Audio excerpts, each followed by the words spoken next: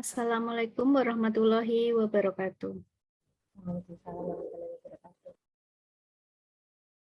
Kami dari kelompok 4 akan mempresentasikan mengenai analisis saham dari PT Satria Antaran Prima Tbk. Kami dari kelompok 4 beranggotakan Anggi Dewanti Pangastuti, Altaf Mazia, Handika Pradananta, dan Isnaini Nuryuanisa. PT Satria Antaran Prima Tbk merupakan usaha berbasis di Indonesia yang terutama menyediakan jasa pengiriman dalam dan luar negeri. Perusahaan juga menyediakan jasa pengemasan seperti label, packing kayu, dan bubble wrap. Sejak berdiri pada tanggal 9 September 2014, PT Satria Antaran Prima Tbk menyadari pentingnya jaringan dan teknologi dalam mendukung pertumbuhan bisnis. Pertama kali berdiri, PT Satria Antaran Prima Tbk menerapkan sistem operasional berbasis Android dalam usahanya. Inovasi ini menempatkan PT Satria Antaran Prima Tbk sebagai pelopor perusahaan jasa pengiriman berbasis Android di Indonesia.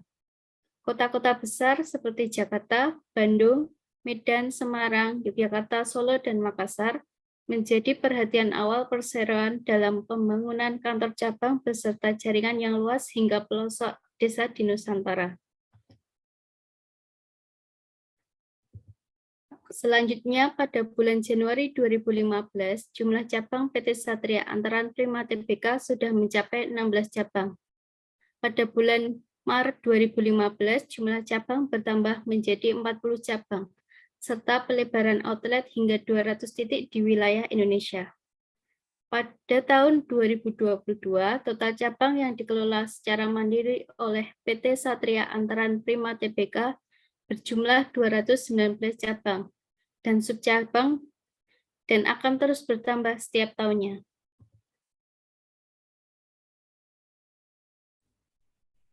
Analisa makroekonomi, berita resmi statistik nomor 34/05 tahun 25 9 Mei 2022 tentang pertumbuhan ekonomi Indonesia triwulan 1 tahun 2020.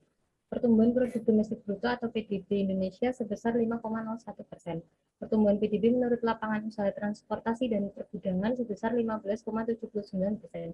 Supply Chain Indonesia atau SCI memprediksi kontribusi sektor logistik, transportasi, dan pergudangan termasuk kurir terhadap produk domestik bruto Indonesia hingga akhir tahun 2021 sebesar Rp676 triliun atau terkontraksi sebesar 2,03%.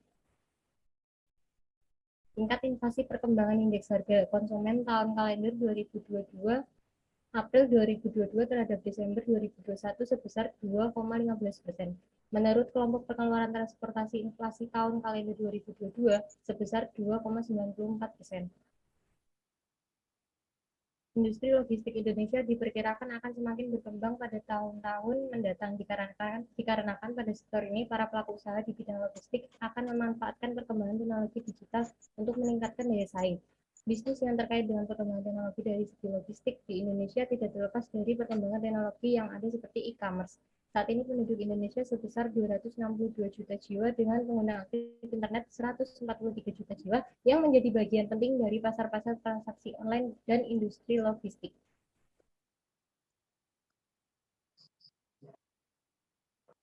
Industri logistik di Indonesia semakin berkembang dengan semakin maraknya perusahaan-perusahaan logistik yang menawarkan berbagai macam kelebihan untuk mendukung proses bisnis dari para customer.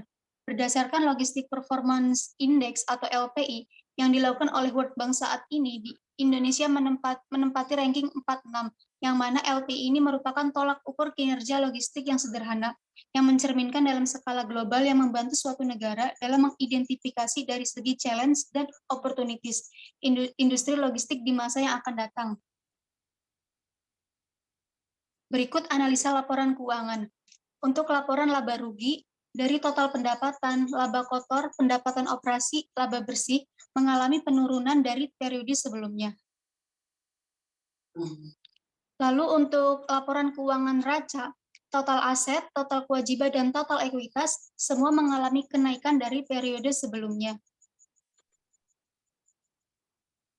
Untuk arus kas dari aktivitas operasi mengalami kenaikan dari periode sebelumnya. Kas dari aktivitas investasi dan kas dari aktivitas pembiayaan mengalami penurunan dari periode sebelumnya, sedangkan perubahan bersih kas mengalami kenaikan dari periode sebelumnya. Untuk biaya modal perusahaan, WACC sebesar 13,2%. Cost of equity atau biaya ekuitas sebesar 13,35%. Sedangkan cost of debt atau biaya hutang sebesar 5%. Berikut adalah rincian dari WACC. Valuasi perusahaan atau relative valuation. Per 23 Juni 2022, nilai intrinsik PT Satria Antaran Prima Tbk adalah 685,73. Nilai ini didasarkan pada model discounted cash flow atau grow exit 5 year dengan harga pasar saat ini 1.160. Upset PT Satria Antaran Prima Tbk adalah minus 40,9%. Kisaran nilai intrinsik adalah 592,1 sampai dengan 827,81 US dollar.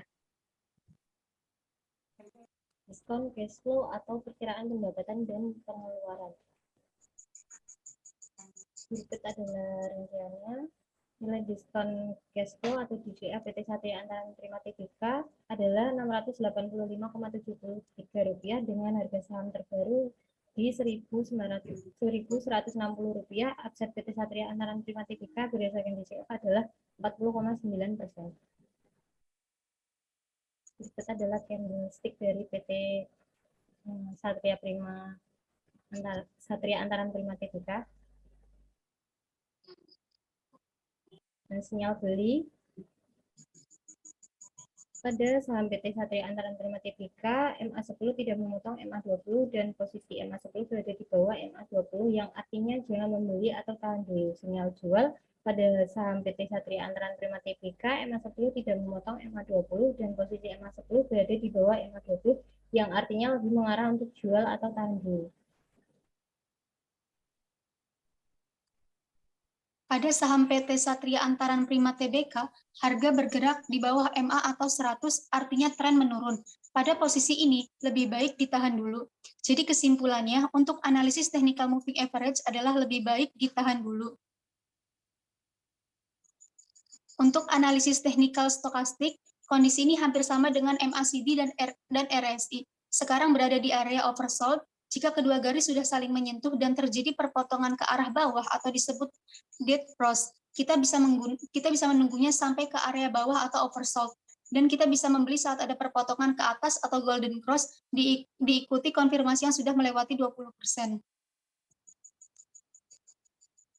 Analisis teknikal moving average convergence divergence pergerakan garis MACD sudah berada di bawah, menandakan bukan waktu yang tepat untuk kita beli. Kita bisa menunggunya sampai garis MACD naik ke atas dan ada pergerakan ke atas dengan sudah melewati garis tengah. Jika di bawah garis tengah, sebaiknya jangan membeli.